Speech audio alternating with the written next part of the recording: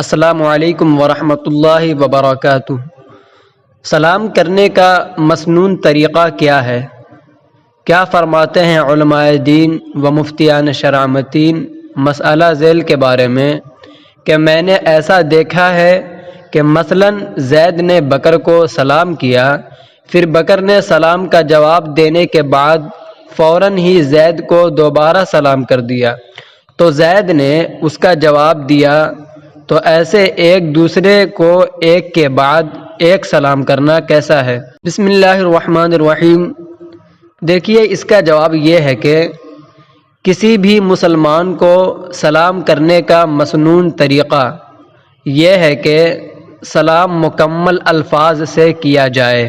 الفاظ یہ ہیں: السلام علیکم ورحمۃ اللہ وبرکاتہ، اور جواب ان الفاظ سے ہو: وعلیکم السلام ورحمۃ اللہ وبرکاتہ۔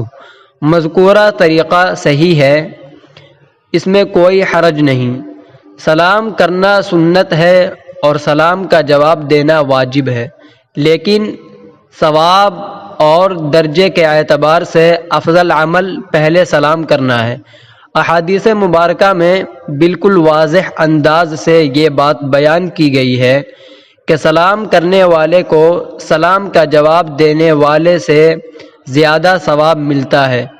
ایک حدیث پاک کے مطابق سلام میں پہل کرنے والے کو ایک درجہ فضیلت حاصل ہوتی ہے، اور دوسری حدیث کے مطابق اس کو 10 نیکیوں سے فضیلت حاصل ہو جاتی ہے، اور تیسری حدیث پاک کے مطابق 100 میں سے 90 رحمت سلام میں پہل کرنے والے کو ملتی ہیں۔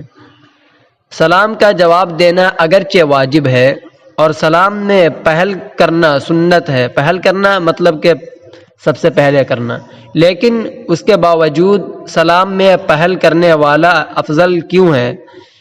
اس کی وجہ یہ بیان کی گئی ہے کہ جواب دینے والے پر جو سلام کا جواب واجب ہوا، یہ سلام کرنے والے کو عمل کے سبب سے ہی ہوا ہے، تو گویا جواب دینے والے کو جو فضیلت حاصل ہوئی اس کا سبب بھی سلام کرنے والا ہی بنا ہے۔